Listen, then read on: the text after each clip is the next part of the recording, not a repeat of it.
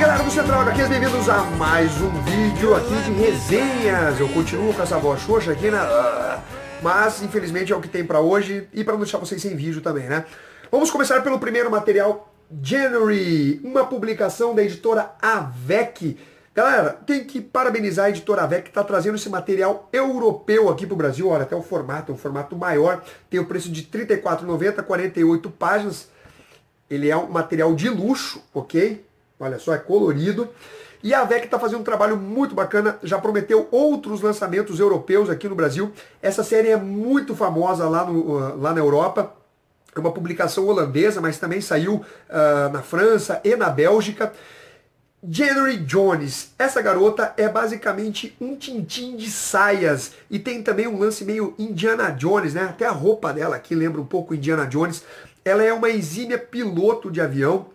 E nessa história, que é a corrida contra a morte, ela vai ter que abandonar o seu avião e participar do Rally de Monte Carlo. Essa história ela se passa nos anos 30, então antes da Segunda Guerra Mundial.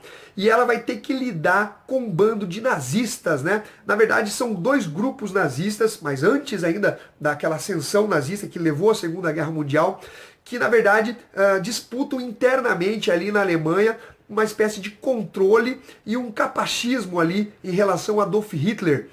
Galera, nessa aventura que é cheia de humor, de ação, suspense, conspirações, a Jones acaba sendo agenciada por um grupo secreto americano e ela precisa lidar com essa conspiração e com essas jogadas aí dos alemães nazistas. Ela vai dirigir um carro chamado Viragiro, que seria uma nova sensação que pode trazer muito dinheiro para o criador desse carro. E ela vai participar dessa corrida, mas passando pelas mais diversas aventuras. Uma leitura muito legal e divertida, lembra demais o Tintin, mas não é uma cópia, ok, galera? É o ritmo da história, aquele clima mais série linha clara. Realmente um material que me agradou, eu me diverti demais. É aquele verdadeiro gibizão que você termina a leitura e fala, porra, esse material valeu a pena.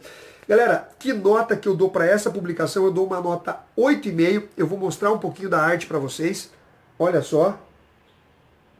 A personagem foi criada no ano de 1986. Vou mostrar um pouquinho mais aqui para vocês. Eu vou deixar o site da Avec Editora, porque esse material ele está em pré-venda com desconto. Então, galera, é a oportunidade para quem gosta desse tipo de história adquirir esse material.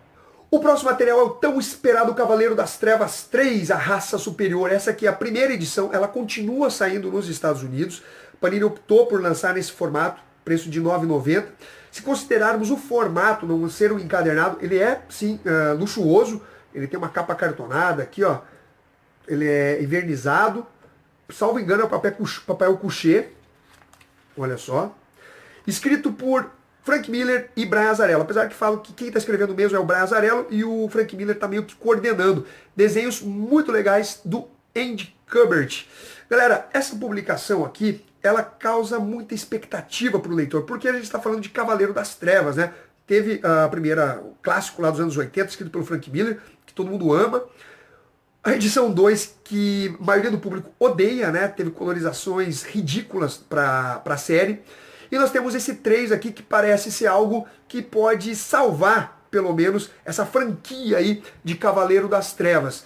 Vem, além disso, dessa edição, dentro dela, vem esse aqui, esse tain, tá? Que é relacionado aqui com essa publicação, apresentando o Átomo e uma outra personagem relacionada ao Superman. Eu não vou mostrar aqui para não soltar spoilers para vocês.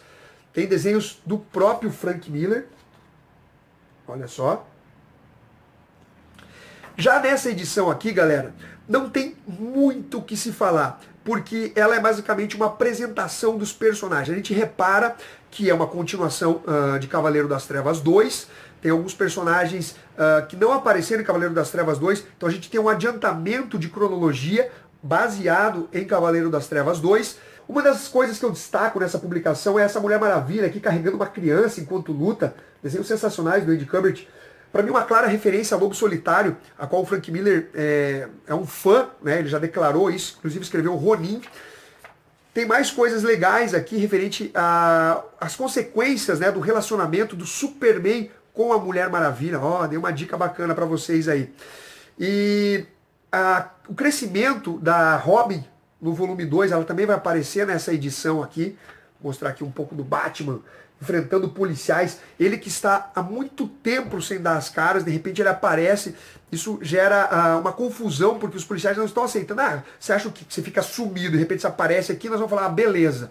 Não é assim que funciona, não. Temos uma comissária na polícia de Gotham.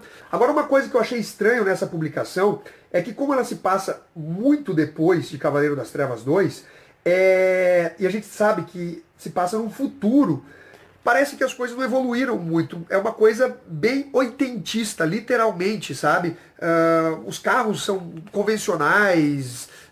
Fica aquela coisa meio estranha, porque você espera que tenha uma evolução tecnológica. E muito pouco é mostrado, pelo menos nessa primeira edição.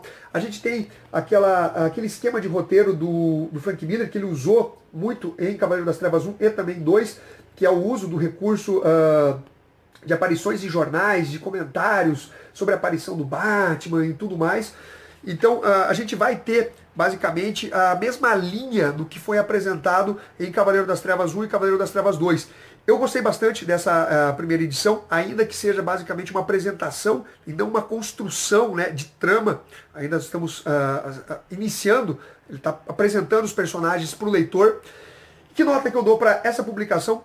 Somente ela, avaliando pela arte, pelo roteiro, pelos desenhos. Eu dou uma nota 8,5, eu gostei da edição, mas seria interessante a gente fazer uma avaliação geral, né, da história, após ela chegar ao fim lá nos Estados Unidos e ser trazida aqui para o Brasil pela editora Panini. Galera, é isso aí, espero que vocês tenham curtido esse vídeo, dê o seu like, comente, compartilhe e ficamos até a próxima. Fui! Ooh-wee, baby, it's a dirty shame. You let me stand freezing